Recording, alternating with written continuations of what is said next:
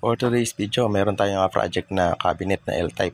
Magkakat na tayo ng ating plyboard gamit ating circular saw at itong ating DIY na circular guide. Ayan. Ito yung ating ginagamit ngayon, ang ating circular guide na to para mas maging equal size yung ating pagcutting ng ating board. Ayan. Accurate kasi yung kanyang cut dito kapag ganitong guide yung ginamit natin, unlike to sa may pinapatong nating circular guide natin na isa.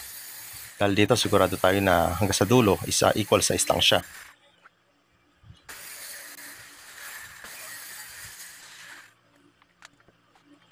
Ang bali apat na hati yung ginamit ko sa isang buong board, apat na hati ko siya. Bali 30 cm nga lang yung kanyang ito 30 cm lang ating pagkat dito ng bawat piece. Kasi isang board magkakaroon tayo ng pagkahati ng apat na piraso.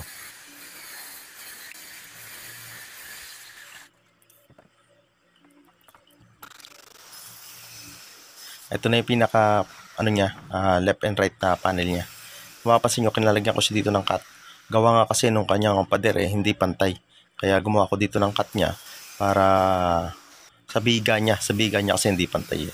Kasi ito yung pinaka top niya. Yung isang portion na dinretso ko na yon, doon naman sa pinaka top niya yon. Dahil sa biga kasi ito, para magkaroon siya ng korte rito para saktong-sakto nakalapat sa pader yung ating cabinet. Ito ginagawa natin na ito na pinaka nakagroove na yan para sa biga. Balik na itong piraso ginawa kong ganyan. At ito, i-build ko na nga yung isang part. At ito, gumawa na ako dito ng pinaka paa niya. Kung papasin niyo sa ilalim niya, gumawa ko ng guide doon para doon sa pinaka paa niya o puting niya. Pero nakahangin ito. Hangin cabinet ito na L-type. Pero ito, gumawa pa rin ako dito ng pinaka puting niya para maganda-ganda siyang tignan sa ilalim.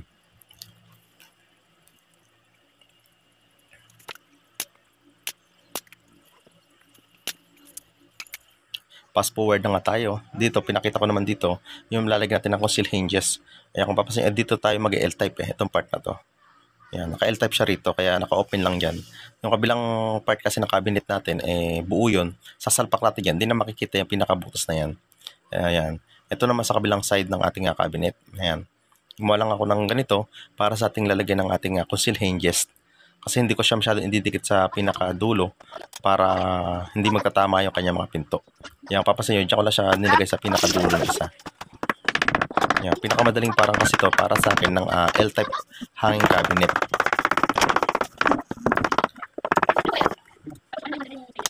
Yan, dyan ko lang siya sa dulo nilagay kasi yan yung ididikit natin sa isang portion ng ating cabinet.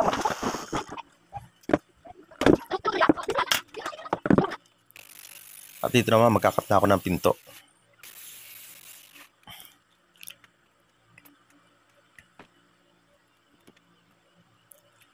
At dito kinuha ko na yung bawat sukat ng isang pinto. Tapos ilagay ko na nga lang dito sa pinaka-drawer ay sa ating circular guide. Yan, kung papasin yung magiging isang sukat lang ng pinto ko dito. Bali, walang pirasong pinto pero yung apat, same size lang. Tapos yung apat, same size lang din. Yan, papasin nyo. Yan, tsaka kailangan square din yan. Gagawa din ako ng isang guide pa dyan para maging equal size ng ating haba ng ating pinto. Kinukuha ko lang muna yung mga eskwala ng ating pinto. Yan. Yung mga hindi eskwalado, yun ang part na ihiwain natin o yung ating papadaan dito sa ating circular. Kaya mapapansin nyo guys, yung part na yan, mayroon akong guide sa gilid yan. Kaya salpak lang ako salpak ng pinto para maging equal size lahat ng ating pinto. Yan, may guide ako sa gilid. Hindi lang nakita sa camera pero nilagyan ko siya ng F-clamp na meron siyang stop block para maging same size yung ating pinto.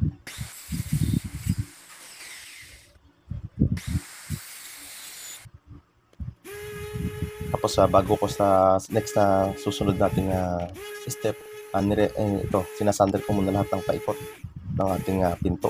Ito yung mga pinto niya, sasandarin ko muna yan para ma-check ko na rin lahat ng magandang portion tsaka hindi magandang portion.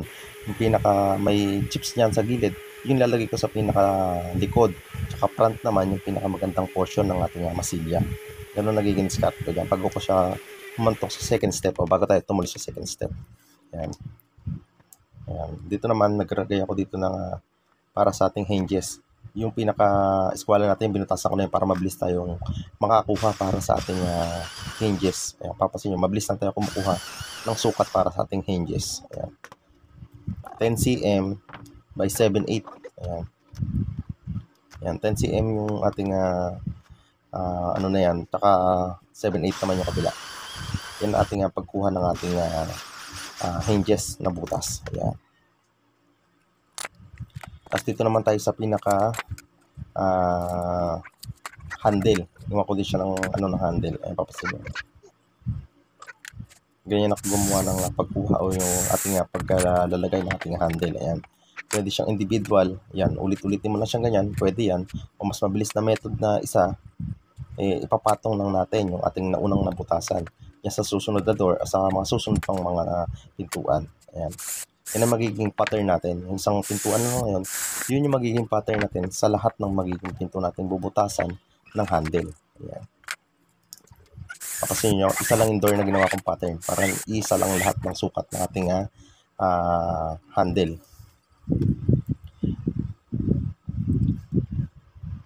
Ito na nga, mag-group pa ulit tayo dito ng simple group para sa ating door design. Ayan. Simple lang naman, straight bit lang naman yan na 1/4 straight bit ang ginamit kong bala ng ating router yan. Lalakasanayan ko na maglagay ng group dito. Mababaw lang group lang na ginagawa ko rito para hindi na masyadong marami pang masilyang magamit. Then ito na nga, nililihan na nga natin yung ating group para malagyan na natin ng masilya. Yan. Pagka na-router ko na kasi yan, lilihain ko lahat ng mga sabit-sabit pa niyan. Gumagamit ako dyan ng 1/4 na plywood tsaka ng papel dilihan na grit 150 para matanggal yung mga sabit-sabit bago ko siya lagyan ng masilya. Yan. Minsan ginagamitan ko pa yan ng primer bago ko siya masilya. Pero dito, mamasilyahan ko na lang agad siya. Ang gamit ko nga masilya dito is Plazolax.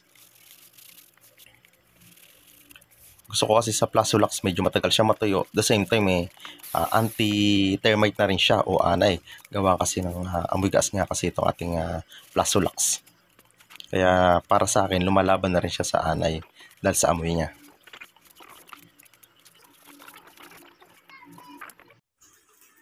At ito na nga yung ating finish na product ng ating L-type hanging cabinet.